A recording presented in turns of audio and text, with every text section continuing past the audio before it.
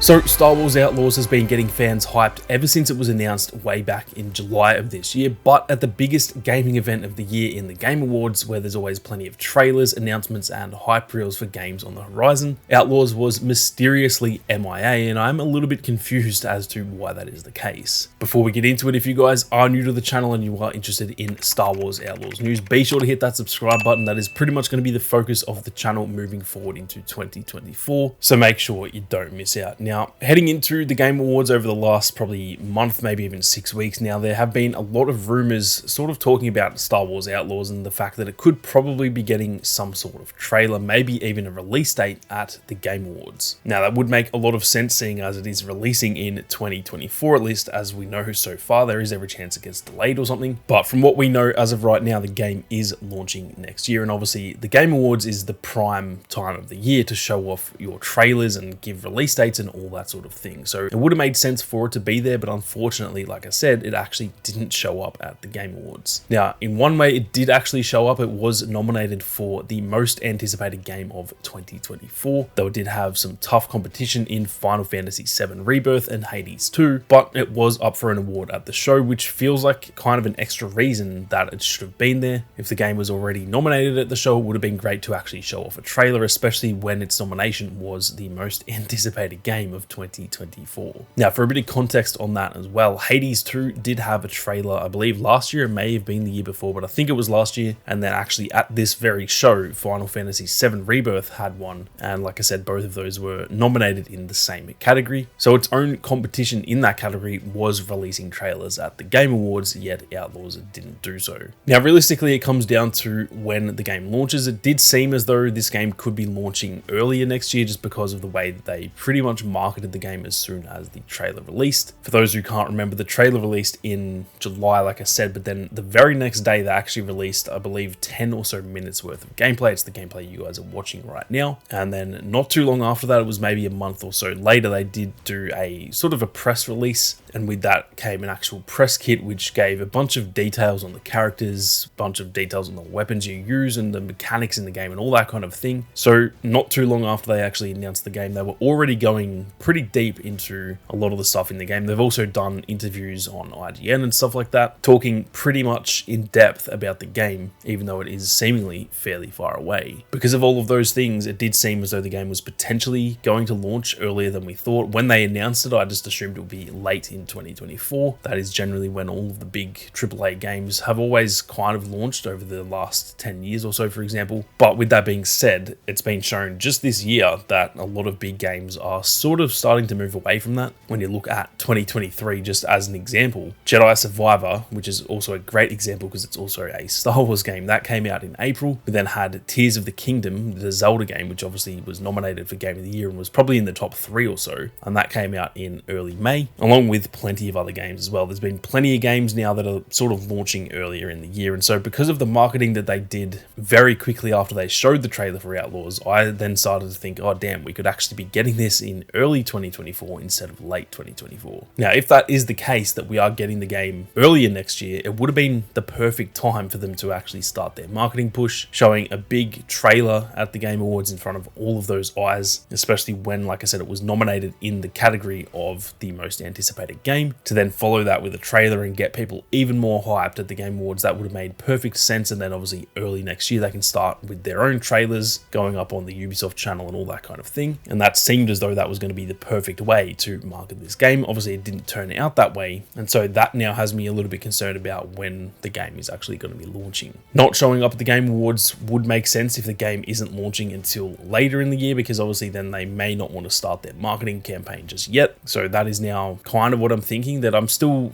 somewhat confident the game could be coming out early next year, but I'm much more, I guess, open to it being later in the year just because of the lack of showing at the Game Awards. It's got me pretty interested to think about whether or not there has been any kind of internal delay or anything. I don't want to jinx the game by any means, but we know over the last few years that that is a pretty common thing these days, that, you know, a lot of the big games out there, they're getting delayed, if not multiple times. And although that does suck, it is probably for the best anyway. So if they have to do that for this game, then that is obviously fine. I'd rather the game be good than have it be rushed, but that is obviously still going to be disappointing if that is the case. And it's something that is kind of now playing on my mind a little bit, the fact that we didn't get anything at the Game Awards. Now, for those who didn't know, the studio making this game, Massive Entertainment, it is the same studio, albeit a different team, that just released Avatar: Frontiers of Pandora. And although that's obviously a big workload for one studio to have, having an Avatar game and a Star Wars game at the same time, Avatar is actually being received really well, and I haven't really heard a bad thing about it. For those who didn't know, I am actually covering that game over on the gaming channel. It's a lot of fun, plays very, very smoothly, and it looks absolutely beautiful. It's probably one of the best looking games I've ever played, and so that does fill me with a fair bit of confidence. The fact that the game is so solid, I'm going to assume they're probably going to use the same engine in the Snowdrop engine. It looks absolutely gorgeous, like I said. And if you guys are interested in Avatar: Frontiers of Pandora, be sure to go and check out the gaming channel, because I have been covering that extensively leading up to launch, and then obviously now that the game is out as well. Like I said, it does give me a lot of confidence in the studio, seeing the way that game has turned out. It's a big